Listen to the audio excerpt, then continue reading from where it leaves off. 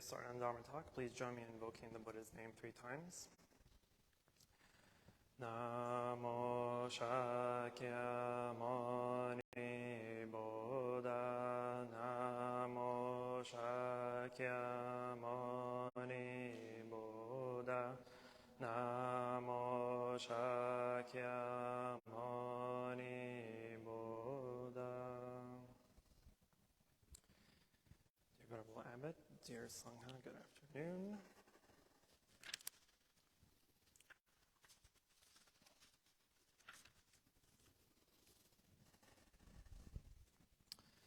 We are finally on the last of the 10 fetters. This is going to be a two-parter for sure. It's the biggest topic of the list, hence why it's also the last. But we'll be covering ignorance, or avidya, in Pali. So avidya is, for the most part, translated as ignorance, but its more literal meaning, it means not knowing. In the sense that we do not know, or we believe we believe that what we think is true is not really true, right? So that's the not knowing, the ignorance behind truth. So this final stage of the path, we have peeled away all the underlying tendencies to grasp or seek something that seems true but isn't. And this is the tendency toward the misconception that gave rise to all the other fetters. So because all the other fetters exist, ignorance exists. Because ignorance exists, that means all the other fetters exist. And so we'll see a lot of these pieces on other lists in Buddhism. Buddhism is full of lists, right? There's literally dozens, if not hundreds of lists in Buddhism. But there's a lot of overpath. There's a lot of interconnectedness with all these lists, and all the important ones that have to do with breaking any sort of ideology or misconceptions or perceptions or anything that leads to awakening. Ignorance is always on that list. So the other list that is able to be broken in order to become enlightened is the 12 links, right? 12 dependent originations. Paticca Samuppada, the 12 links. And ignorance is number 1 on that list. But that list is slightly different than this list because the 12 dependency lists, all the 12 dependencies are literally that. They're dependent on one another. And so for that list, if any of the 12 links are broken, any one of the 12 links are broken, the entire link, the entire chain also breaks, right? So you only need to break at least one of the chains in the 12 links in order to be on the enlightened path. The more difficult list is the fetters, whereas by breaking one doesn't really do anything to you, except just advance you on the path. So you can see the fetters are grouped into 2, the first 5 small fetters and the second larger fetters. And each fetter, or group of fetters, as you start to eradicate them or break them, you start to go on different levels of enlightenment. So the 4 initial stages of enlightenment are the Sotapadana, Anagamin, Sakadagamin, and Arhat, right? And so, as we see on the list, the first 3 fetters are broken. You've attained the first level of enlightenment. The 4th and 5th are weakened at the 2nd level and completely eradicated at the 3rd level of enlightenment. And it's only when we eradicate the remaining 5 that we become fully enlightened. Now, this is even though in the Mahayana tradition, this is still applicable, but this is the end game, the goal for Theravada Buddhism, the other school tradition of Buddhism. Because Arhat is their ceiling, their highest attainment. To become that a human is capable of attaining is Arhatship. Whereas in the Mahayana side, in our tradition, Arhat is still not enough. We believe that we are able to become Buddhas as well, right? So the Theravada tradition believed that only the historical Buddha, Shakyamuni, is the only one capable in this world of being able to attain Buddhahood. And so their ceiling, their final alignment stage is Arhatship. But even at the Arhatship, there's still very, very subtle defilements left in the mind. Very subtle. But they're not enough to take you away from the path or to distract you from your practice. But on the Mahayana side, there's also 10 levels of the Bodhisattva, and then another 7 to 9 of the Buddhahood. So there's lots more to do. But anyway, so in Buddhism, the 3 fundamental misconceptions are that permanence, substance, and satisfactoriness can somehow be found or known, right? Permanence, substance, and satisfactoriness. We may know at a conceptual level that these cannot be found, but regardless, still at a very fundamental and subconscious level, we tend to ignore that, right?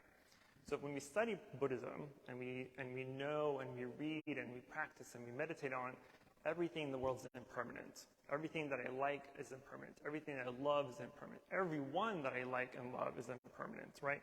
We know this at a very conceptual level. But we don't actually apply that to our life because you still want things. You still want to attain things regardless of knowing the fact that they are impermanent and they do not bring you lasting happiness, right? So knowing that a brand new fancy car, though it's impermanent, you still want one. You still want a big house. You still want lots of friends. You still want families and kids. You still want money. You still want a good job. All these things are fundamentally impermanent and do not bring you lasting happiness. But we ignore that. We don't want to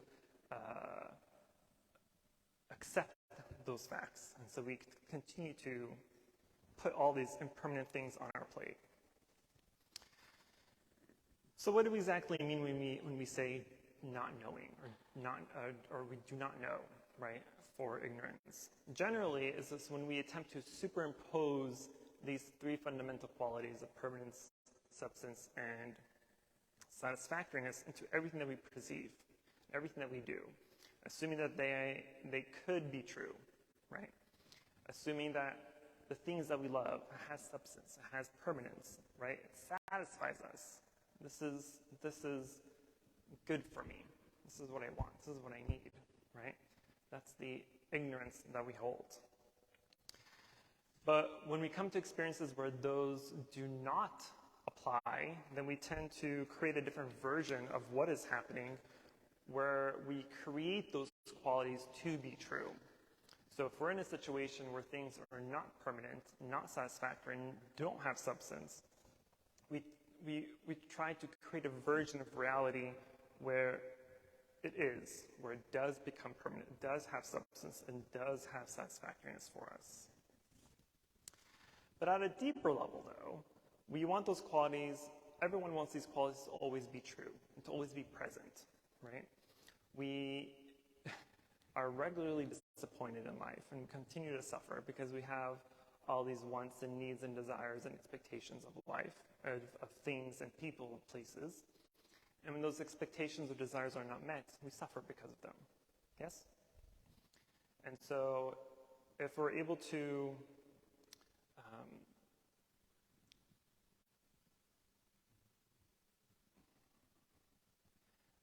be aware and recognize that things are not fully, what's the word I'm looking for?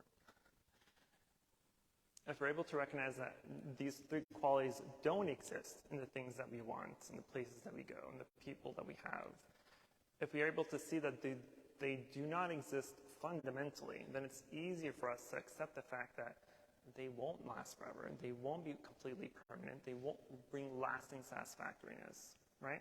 This isn't to say, and I've said this many times, this isn't to say that you shouldn't have desires, you shouldn't want things, right?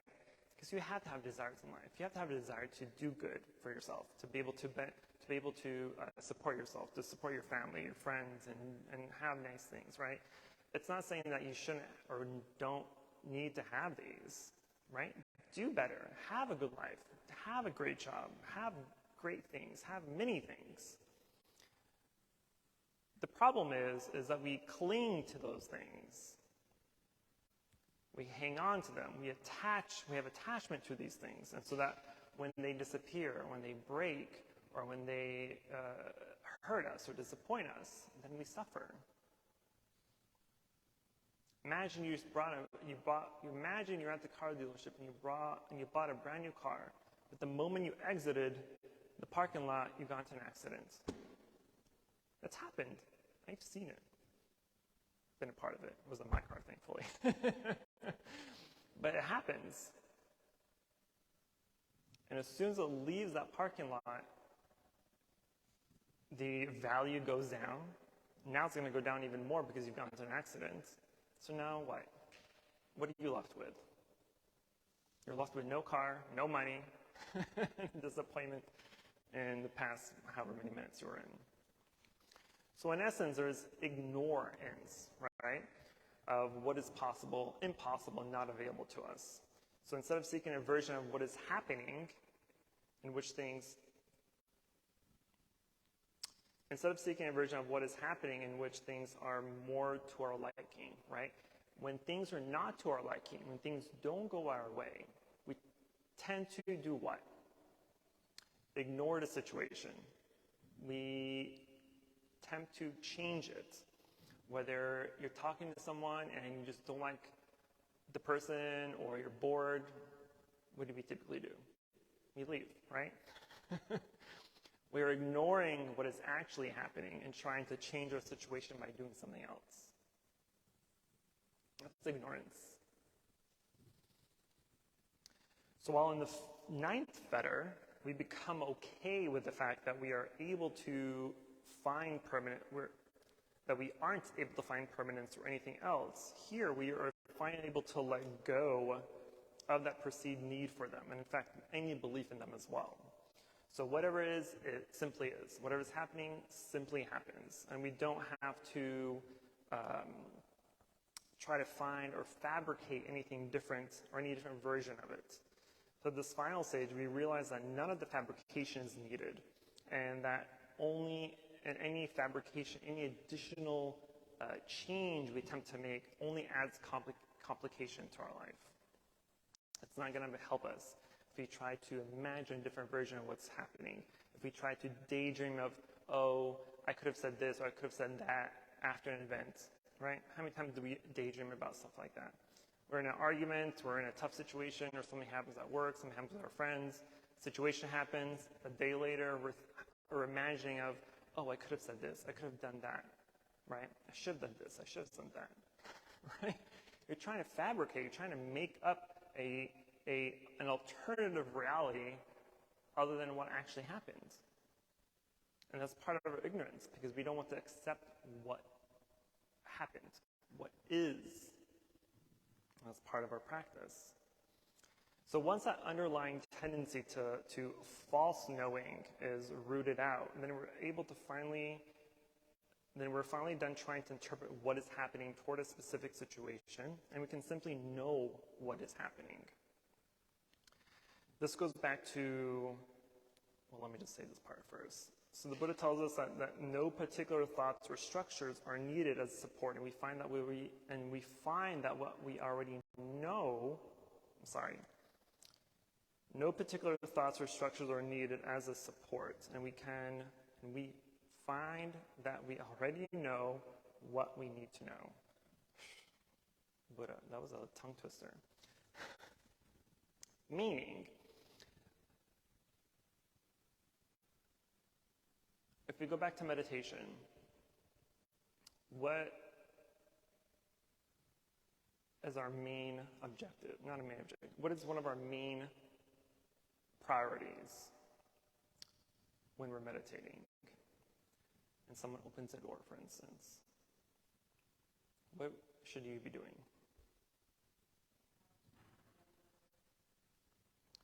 acknowledging, letting go. In other words, labeling the situation, right? So for meditation, we're labeling. Labeling is doing exactly what you're acknowledging exactly what is happening. That a door has opened. So all you need to say is door or sound. That's it, because that's what actually happened. That is the reality of the situation. The false reality of the situation is the story that we add to that door opening. Who's at the door? Why are they late? Why are they disturbing our meditation? Why are they blah, blah, blah, blah? Who are they? What do they want? Where do they come from?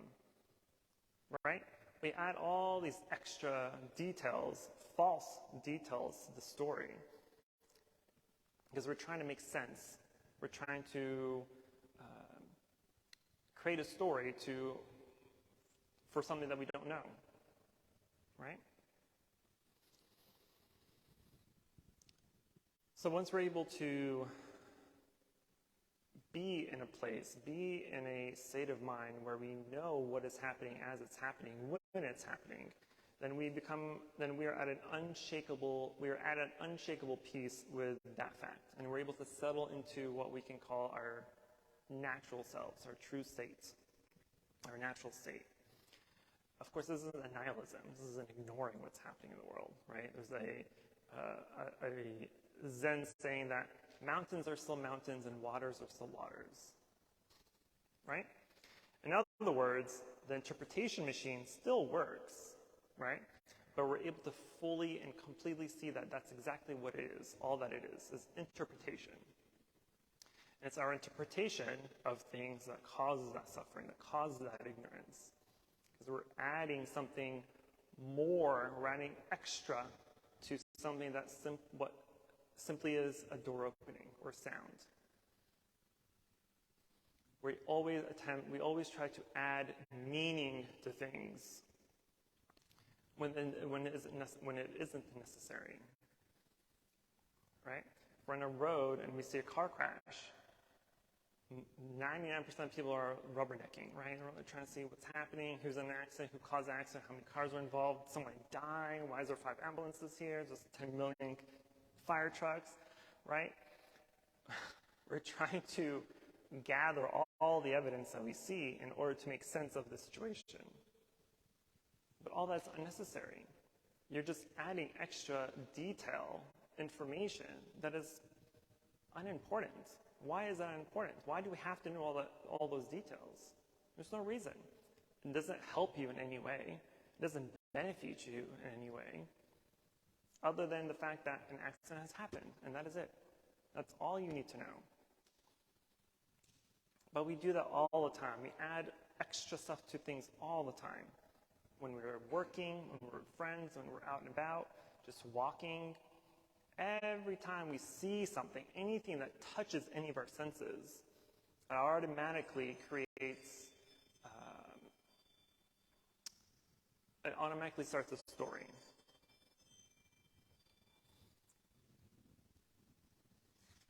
Sorry, I was like, what is that?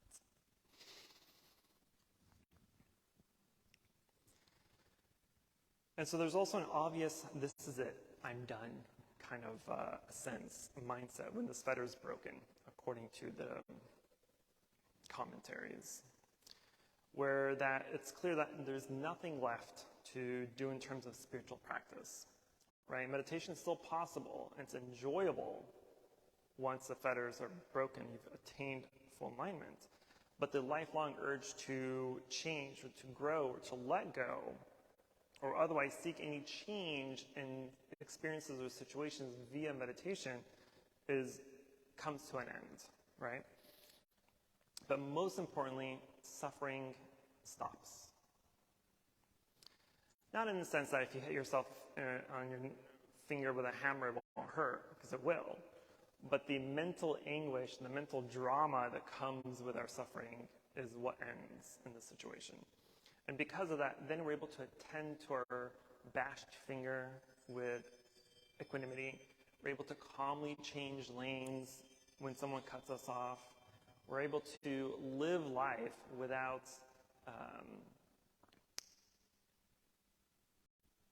without any of the drama and the anguish that we normally add to the situations that once have occurred.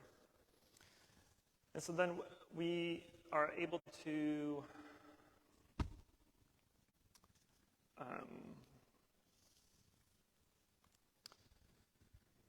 that we no longer have any unrealistic expectations about what is happening or what will happen, right? That it all can happen without feeling that things are right or wrong of what is happening. Things just happen. Things aren't right, things aren't wrong, things are just things. It just happens, right? Because what we believe is right or wrong is also an interpretation. What we believe is right or wrong, moral or immoral, right, is for the most part a worldly design, a societal creation, right?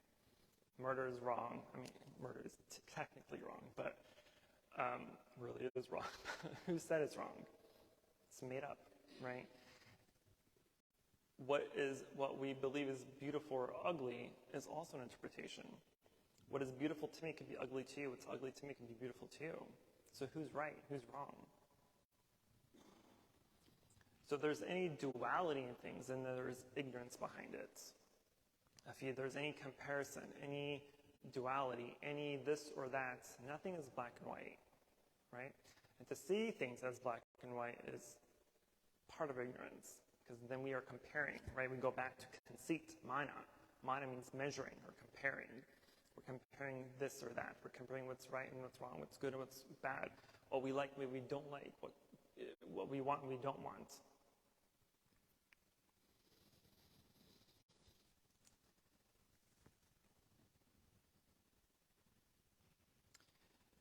In the Mahayana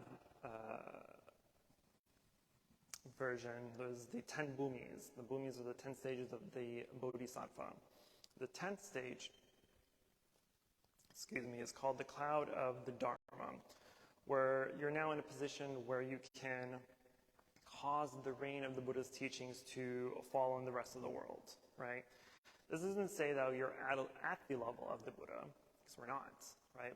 We're not comparing ourselves to the level of a Buddha or anything like that. But it also doesn't necessarily mean that we need to be in a position of teaching, right? There's lots of bodhisattvas who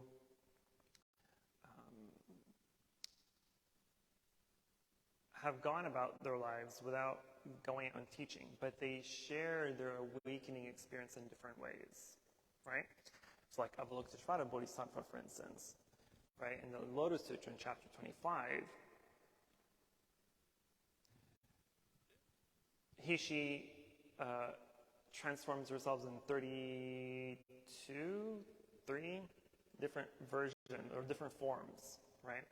So depending on what situation you are in life, how you're feeling, how you like to be helped or approached, the bodhisattva will manifest themselves in a way that right? So whether you want someone your age to help you out in situations, someone older or younger, male, female, whether it needs to be a spiritual person or a teacher or whatever it may be, they would manifest themselves in a way that will help you and that benefits you, right? So that's their way of teaching. They don't go out proclaiming that they're a bodhisattva or they're fully enlightened and they're here to teach and save the world. No. Their version is helping you in your time of need. I'm going to use Matt as an example really quick. I think it was last year, right? Your dad's situation? Last November. Him and his father were driving downtown. Yes? Whatever. Driving somewhere. And his father had an accident while driving. Had a heart attack while driving. Right? So, Matt, right? Heart attack? Cardiac arrest. While driving. Imagine that, right? Of course, he swerves in and stops the car and does what he needs to do. But his Avalokiteshvara came in the form of a nurse. Of all people, of all types of people, a nurse shows up at the most important few minutes of his father's life. Because as a non-medical person, most people don't know what to do. Like, what do I do besides call 911, right? But the most applicable, the most correct type of person to show up had shown up and helped. And as soon as he was helped and the ambulance came, she disappeared.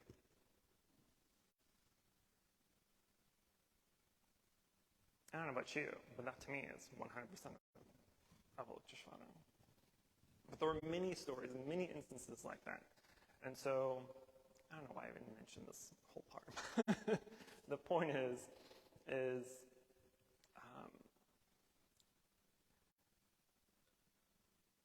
when we are on the path, and the Buddha describes a traditional way of describing this final juncture is that one knows that they suffered, knows that the belief in mental fabrications was the reason they suffered, that all suffering has now stopped, and knows that they have traversed the path that leads from suffering. So these Four Noble Truths are now referred to in a past tense, and are what the Buddhist path is and was, or always is, right?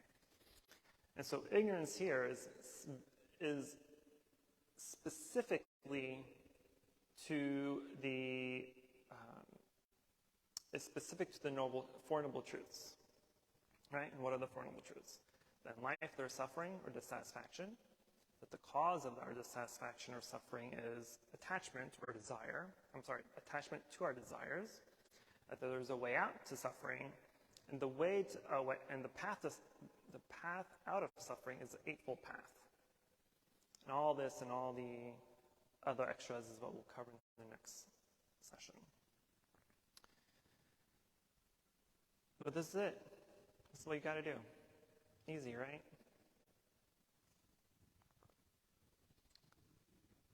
Number 1 and number 10 on this list is the hardest to overcome. It's rare now in our day and age that we have any enlightened beings. Unfortunately, there are still some, perhaps maybe not at the level of arhats, but most certainly somewhere in between. And I've met a few myself. And it is an extremely transformative experience. It is I don't know how to describe the feeling, but it is something that is just sensed. And when you have that sense of freedom that's coming, that's just oozing off of someone else, right? It kind of energizes you. It kind of empowers you to want to also achieve the same. And so as we get closer and closer to the eradication of all these fetters, you start to attain what we would call the 5 powers, or the 5 spiritual penetrations, which we'll cover again. And one of those is faith. And faith here is the faith in ourselves, our faith in our ability to overcome all these fetters. That's one of the powers, one of the 5 powers, spiritual powers.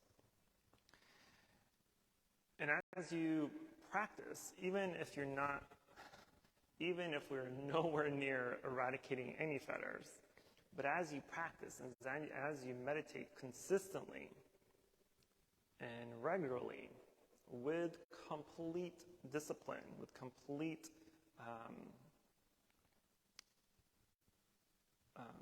what's the word I'm looking for? Dedication, then you will naturally see that freedom coming within yourself, or developing within yourself. Because in meditation, you're not gaining anything. You don't gain a single thing from meditation. What happens in meditation is you lose things. You lose your sense of attachment. You lose your sense of desires of things. You lose your sense of all these fetters. And by losing all that, what's left is simply freedom of all the fetters, all the defilements of the mind. Right? So a lot of times people come to meditation to gain peace of mind or to clear their mind or to help their anxiety or depression, blah, blah, blah, right? That's the clinical meditation. There's nothing helpful for you, right? Take a pill. Maybe don't take a pill, but meditation does help in those situations, right? But those are byproducts of meditation. Those don't just occur, right, because you want them to happen. Those will naturally happen as byproducts of meditation. So nowadays, you see a lot of mindfulness practices in schools and in prisons and in even therapists use mindfulness practices, right? And it's very helpful, don't get me wrong. It's extremely helpful. It's extremely beneficial. But it is not meant for those situations. Meditation is not meant to help in any sort of clinical or health type environment or situations. But it has, again, those benefits to them, those side effects, positive side effects. But anyway, the point is as we continue to develop our practice and our meditation, you'll slowly and slowly see just how, or hopefully see the calmness that naturally occurs in the mind, in the body, the way you react to situations, right? One of the major benefits of meditation is your ability to recognize reaction within yourself when you're in difficult situations. If you're arguing with someone, right, our natural reaction is to argue back. It's to defend ourselves, right? If someone's arguing with us, that means they are insulting something within us, insulting our work ethic, insulting our relationship, insulting this or that, right? So our natural reaction is to defend against what they're saying about us.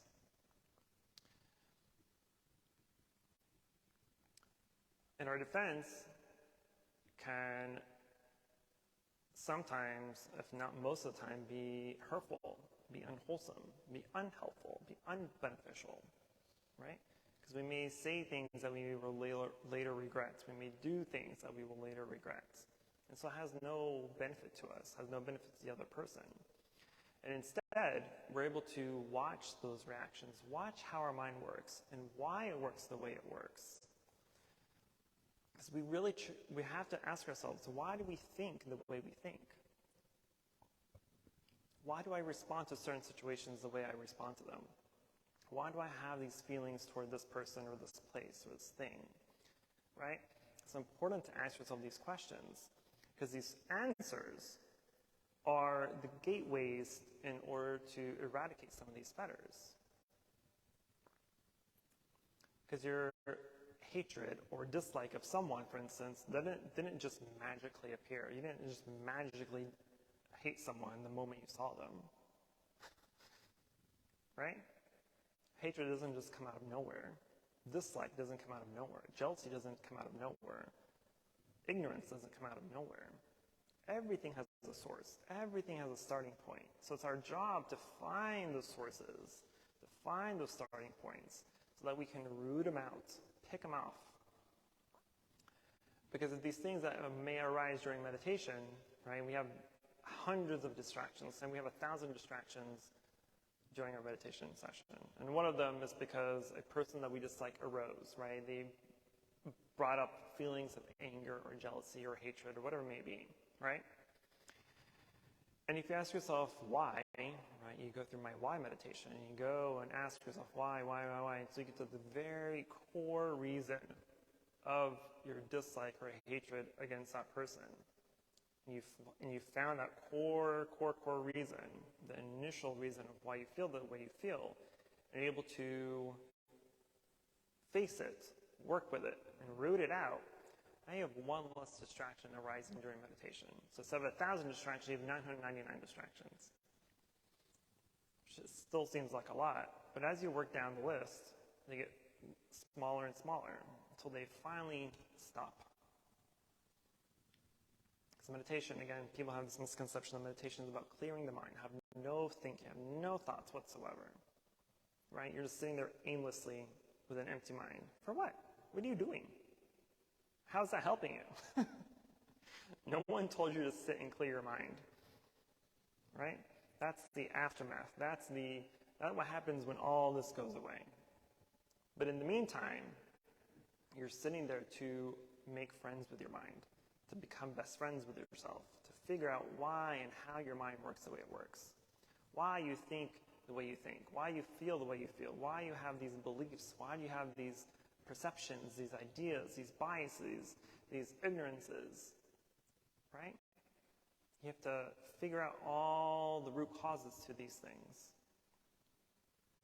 Because these are the things that cause suffering in us. Any reaction, whether good or bad, any reaction that arises during any situation is a suffering. Even the good reactions are suffering. Imagine you walked home and there's a surprise party for you. Good reaction, yes? But after a while, that reaction, that good feeling dissipates, right? So ultimately, it's suffering too. Anything that disappears is suffering, good or bad. Which means anything that brings you pleasure and happiness now is suffering, because it won't last. We have this belief that these are, if we hang on to them hard enough, strong enough, that they will never go away. Right? This is sometimes why we stay in toxic relationships, for instance. Because it's comfortable. It's what we know. It's what we believe we need. Right? The sense that even though you conceptually know that this is toxic and is unbeneficial for you, but the roots in that relationship is so deep that it's hard to pluck out. But there are reasons why those roots are deep. And we have to figure out why those roots are deep, why those roots are still growing, why those roots are still hanging on, why they're still alive.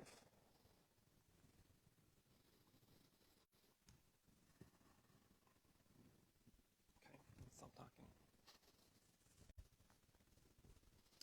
What are your questions, concerns, emotional outbursts? I don't want to hear them. You can tell Alex. He's a therapist. That's his job. Yes,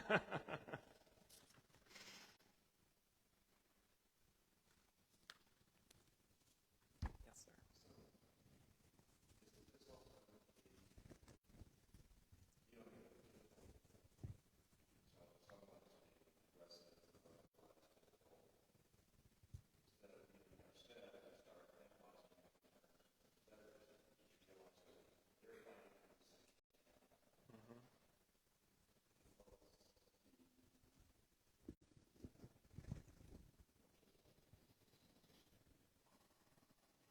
And that's part of conceit, right? Because in conceit, we have either a superiority complex or an inferiority complex, even a neutrality complex, right? And so if someone's yelling at us or arguing with us, the reason we react in such a way that is equal to what they are reacting, how they're reacting, is because we have this inferiority complex, thinking that we are better than them, and how dare they yell at us or be angry at us, because we're right and they're wrong. Right? So we have to be able to recognize that as well and know that the reason that they are reacting the way that they are reacting is because they too are suffering. And their reaction of yelling at us is just their form of displaying their suffering. Right? There's a lot of people who are externally nice and friendly, but internally they're evil people. Right? Act all nice on the outside, but in their mind they're plotting your murder or revenge or something, or vice versa. And so we can't assume that we are better or even equal or less than other people, because even saying that we're equal to them is still a comparison. It's still conceit, it's still mana, it's still a measure.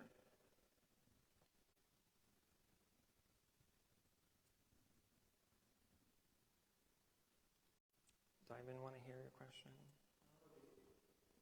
We'll find out. Okay, Mr. Question.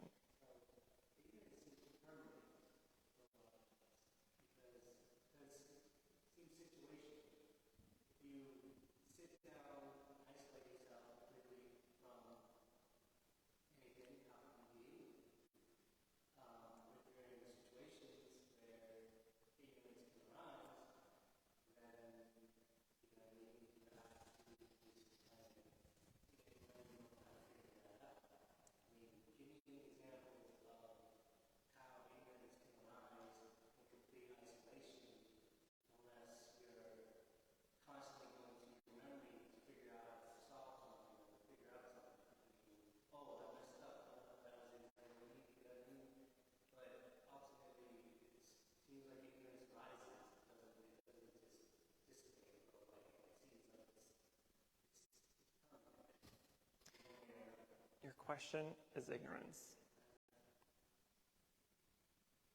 What did I say in the beginning of what is ignorance? Not knowing. Ignorance doesn't mean like our mundane version of stupidity or idiocy. It's not what ignorance means. Ignorance here means just not knowing. So even if you're sitting in isolation, what are you doing? What are you doing in isolation? Nothing. Nothing is not knowing.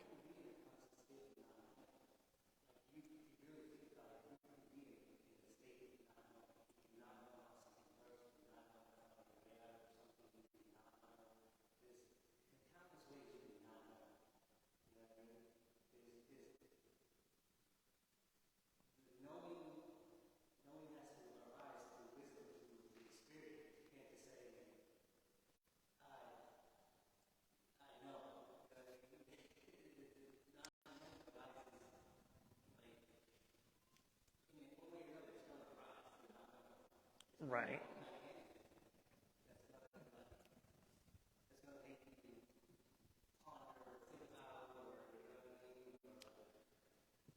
This not knowing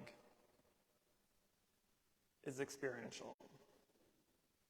This isn't about sitting in and not knowing out there.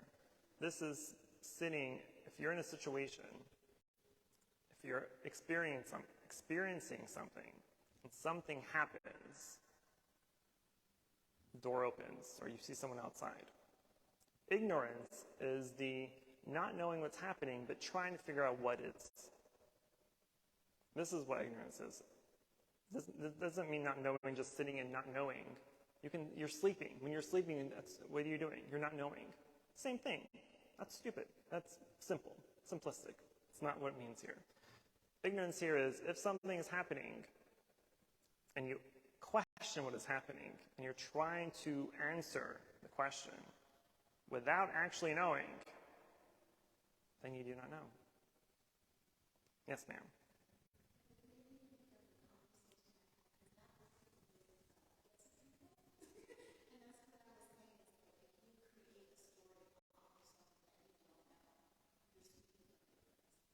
Right.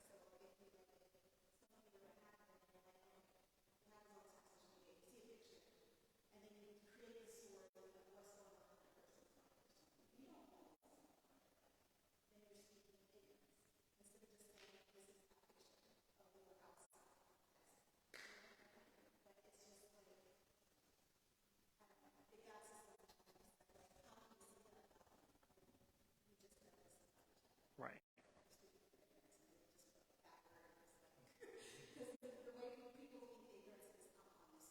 Right.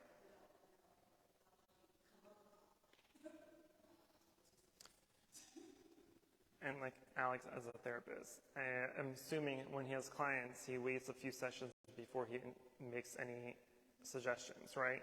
You don't listen to them the first time and be like, you know what, I know exactly what's wrong with you. No, you don't. He does not know. So in his first few sessions with clients, he's also ignorant. But as he learns and knows what the root causes and problems are and how, and he comes up with a solution to help them, then he finally opens his mouth and makes a suggestion when he does know. Yes?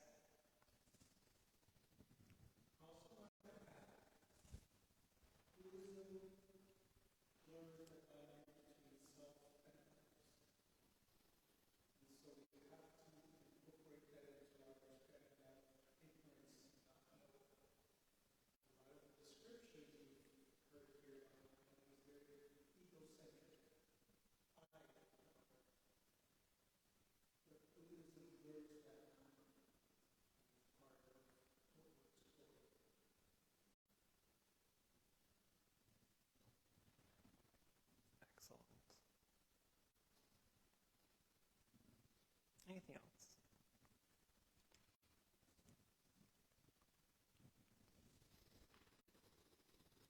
Okay, if there's nothing else, then a quick reminder that on Saturday we have our volunteer day. If you're able to join us at 9 a.m. And then Olambana is on the 27th of August as well, 10 a.m. It's our Ancestrals Day, one of our most important holidays of the year, so everyone is invited to that as well. So we'll go ahead and chant to the Mara, and then we'll go to chanting. Namo Shakyamuni Buddha, Namo Shakyamuni Buddha, Namo Shakyamuni Buddha. For any positive karmic action we've accumulated here today, we wish to transfer the merit to all sentient beings and wish them full alignment.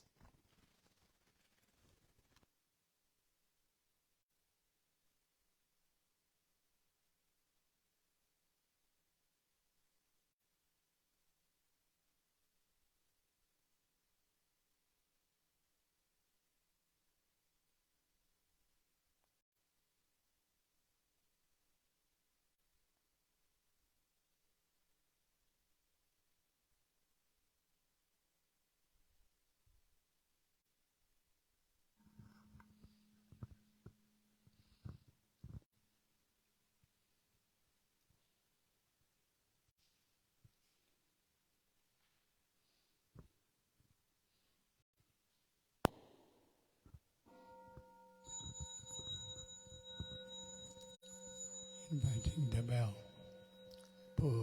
Peace, speech, and mind in perfect oneness, I send my heart along with the sound of the bell. May the hearers awaken from forgetfulness and transcend all anxiety and sorrow. Listen, listen, this wonderful sound brings me back to my true home. Incense offering. In gratitude we offer this incense to all Buddhas and Bodhisattvas throughout space and time. May it be fragrant as earth herself, reflecting our careful efforts, our whole heart, mindfulness, and the fruit of understanding slowly ripening. May we and all beings be companions of Buddhas and Bodhisattvas. May we awaken from forgetfulness and realize our true home. Opening verse. The incense in the censer now is burning. All the Dharma realm in every place, auspicious clouds appearing. Our sincere intention thus fulfilling, as all Buddhas now show their perfect body. Homage to the incense cloud canopy, Bodhisattva and great Bodhisattvas. verses for bowing, we bow together. Homage to the eternally abiding Buddhas, the supreme Dharma, and sagely sung throughout the Dharma realm and the realm of empties, and 3 periods of time.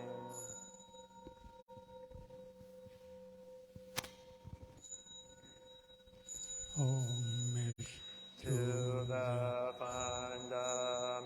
fundamental teacher Shakyamuni Buddha Maitreya, honored future Buddha Manjushri, great wisdom Bodhisattva, universal great conduct Bodhisattva, all Dharma guarding Deva Bodhisattvas, and the glorious mountain assembly of Buddhas and Bodhisattvas.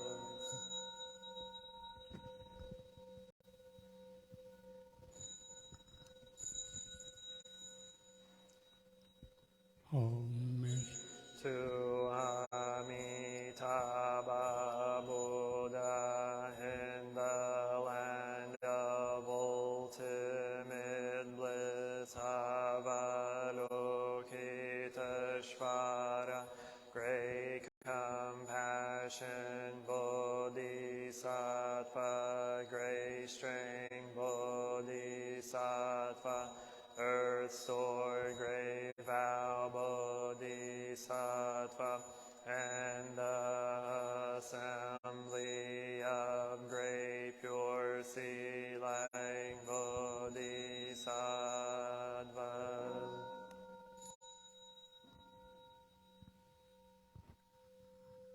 Please sit down.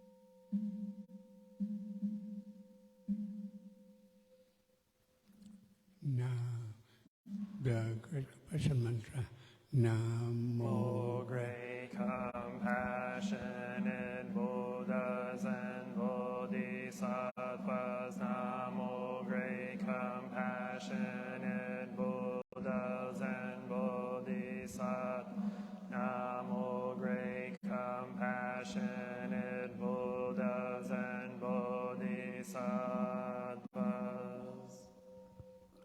Namo Ratnatrayaya, Namo Avalokitesvaraya, Bodhisattvaya, Mahasattvaaya, Mahakarunikaya, Om Sarvaravaye, Sodanadasya, Namosritvaya,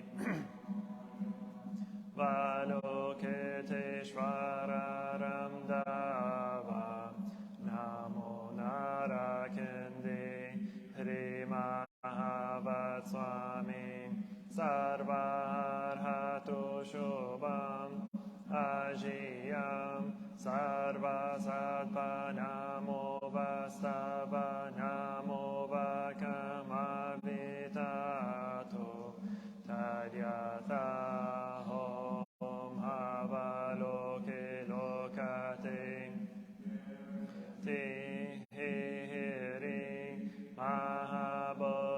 sattva sarva sarva mala mala mahi mahi hridayam koro koro karmam doro doro vishati maha vishati dara dara dirini shvaraya chala chala mama vimala mukta lahi yahi shina shina hasham rashari vishva vishvam prashaya holo holo mara holo holo hri sara sara siri siri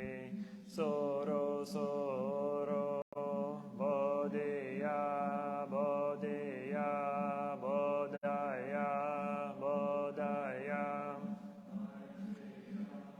nara kendi nishanina mayamana swaha siddhaya swaha siddhaya swaha siddhayoge shvaraya swaha narakende swaha mara nara swaha sira simha mokaya swaha sarva maha siddhaya swaha chakra siddhaya swaha padma kasaya swaha narakendi vagalaya swaha mavari sankaraya swaha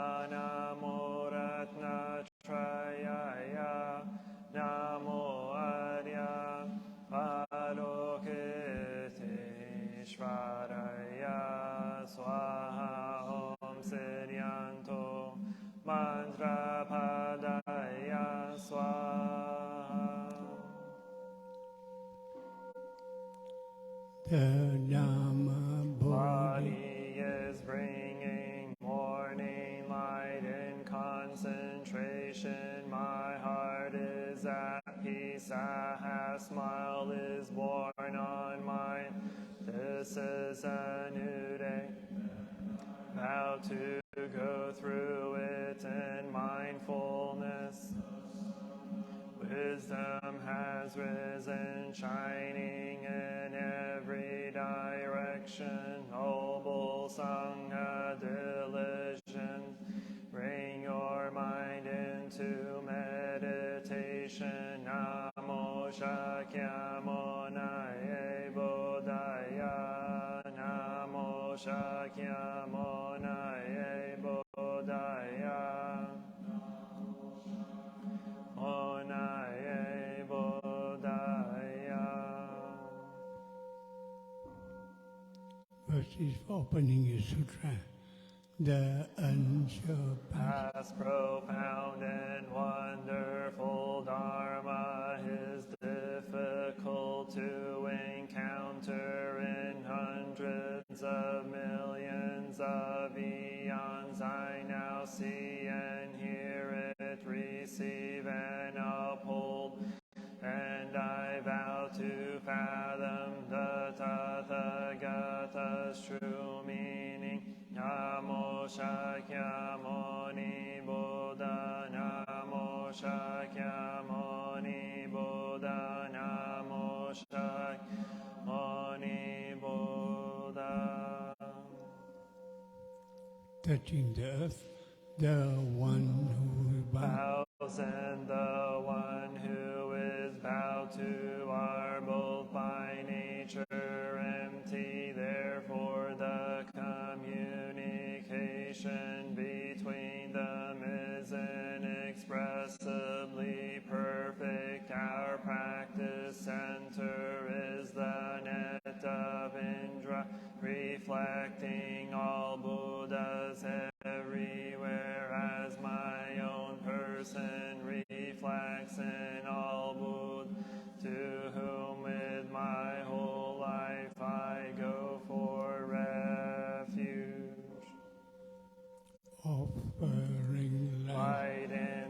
the 10 directions, the Buddha, the Dharma, and the Sangha, to whom we bow in gratitude. Teaching and Living the way of awareness in the very midst of suffering and confusion, Shakyamuni Buddha, the awakened one, to whom in gratitude. cutting through Ignorance awakening our hearts and our minds, Manjushri, the Bodhisattva of great understanding, bowing gratitude. working Mindfully working joyfully for the sake of all beings, Samanta Bhadra, the Bodhisattva of great action, to whom we bow in gratitude. responding To suffering, serving beings in countless ways, Avalokiteshvara, the Bodhisattva of great compassion, to whom we bow in gratitude. seat of our Awakening and loving kindness in children, sprouts, and all beings, Maitreya, the Buddha, to be born, to whom we bow in gratitude. showing The the way fearlessly and compassionately, the stream of all our ancestral teachers, to whom we bow in gratitude. the Dhamma But is deep and lovely, we now have a chance to see it and practice it. We vow to realize its true meaning. of the Panaparamita, the Bodhisattva Bodhisattva Avalokita, while moving in the discourse of Prajnaparamita, shed light on the 5 skandhas and found them equally empty. After this penetration, he overcame ill-beingness and Shadiput. Form is emptiness, emptiness is form, form is not other than emptiness, emptiness is not other than. The same is true with feelings, perceptions, mental formations, and consciousnessless and Shadiput. All dharmas are marked with emptiness. They are neither produced nor destroyed, neither defiled nor immaculate, neither increasing nor decreasing. Emptiness, there is neither form nor feelings, no perception nor mental formations, nor consciousness, no eye or ear or nose or tongue or body or mind, no form, no sound, no smell, no taste, no object of mind, no realms of elements, no interdependent origins, and no extinction of them, no ill-being, no cause of ill-being, no end of ill-being, no path, no understanding, no attainment, because there is no attainment. The Bodhisattvas ground in Prajnaparamita find no obstacles for their minds, having no obstacle. Overcome fear, liberating themselves forever from illusion and realize realizing perfect nirvana.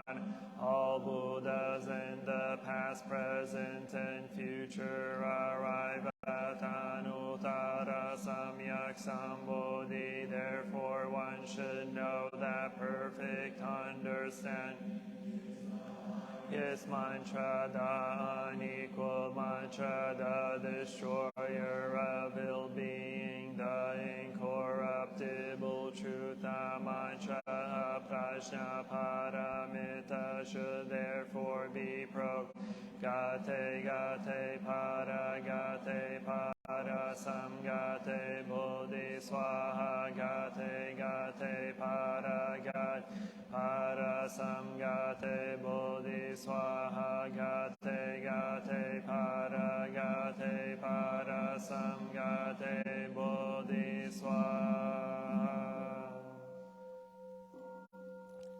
Invoking the Bodhisattva's name, we invoke your name. Avalokiteshvara, we learn your way of listening in order to help relieve the suffering in the world. You know how to listen in order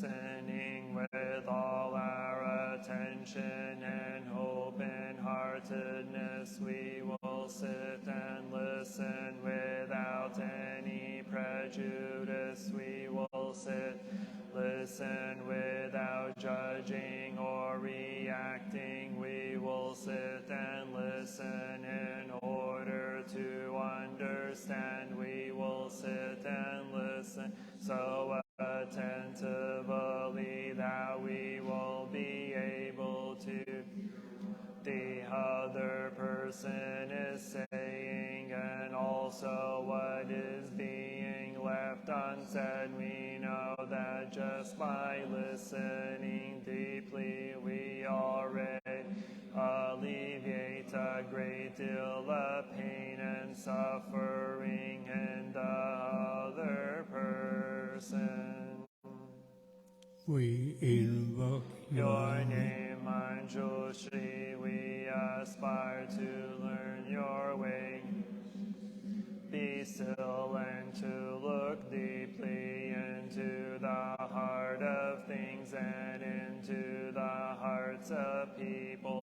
We will look with all our attention, open-heartedness. We will Judas' eyes, we will look without judging or reacting. We will look deeply so that we will be able to understand the roots of suffering through the impermanent and selfless nature of all that is. We will look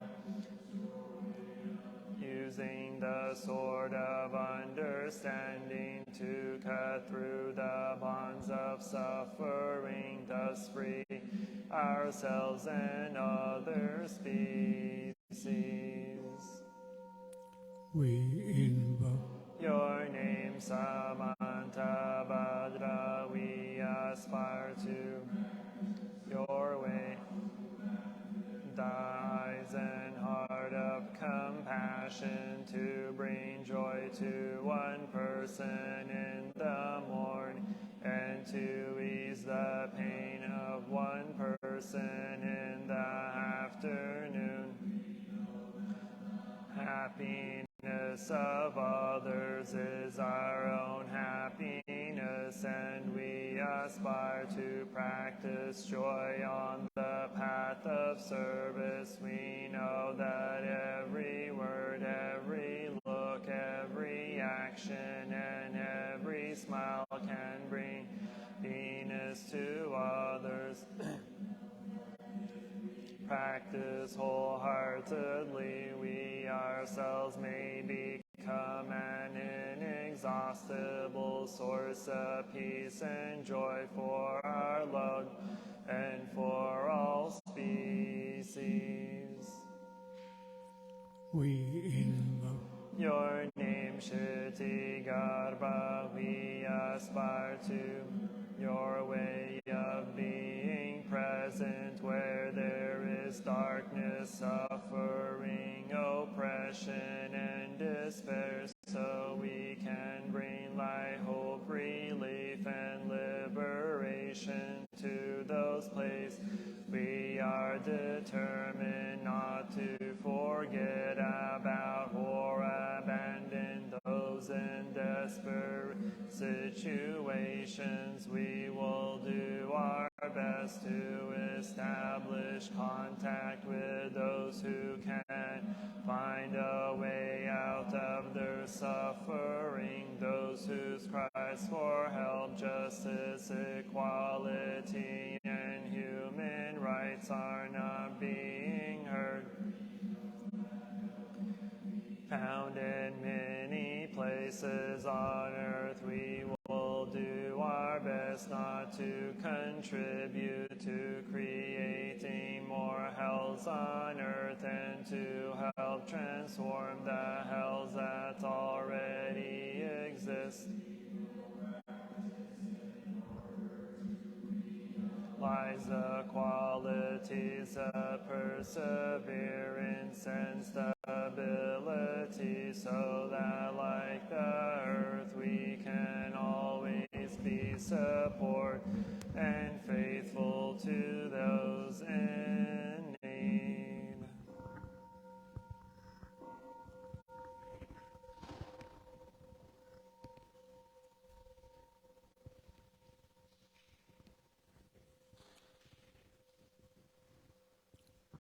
we bow together.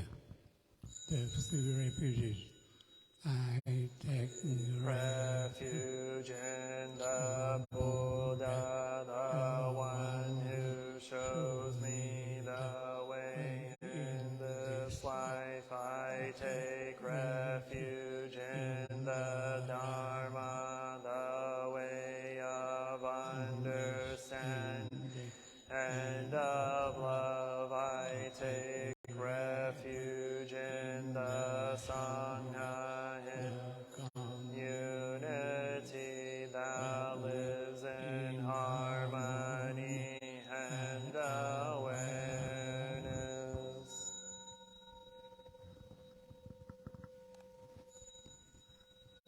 dwelling In the refuge of Buddha, I clearly see the path of light and beauty in the world dwelling. The refuge of Dharma, I learn to open many doors on the path of transformation, dwelling in the refuge of Sangha, shining light that supports me, keeping my practice free of obstruction.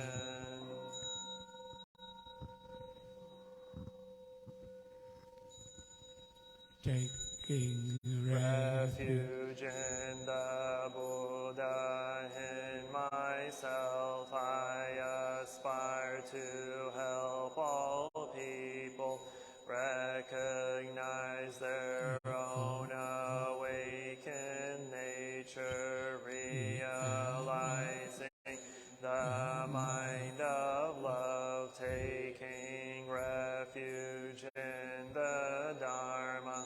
In myself I aspire to help all people fully master the ways of practice and walk together on the path of liberation, taking refuge in the Sangha. Self I aspire to help all people build fourfold communities to embrace all being and support their transformation.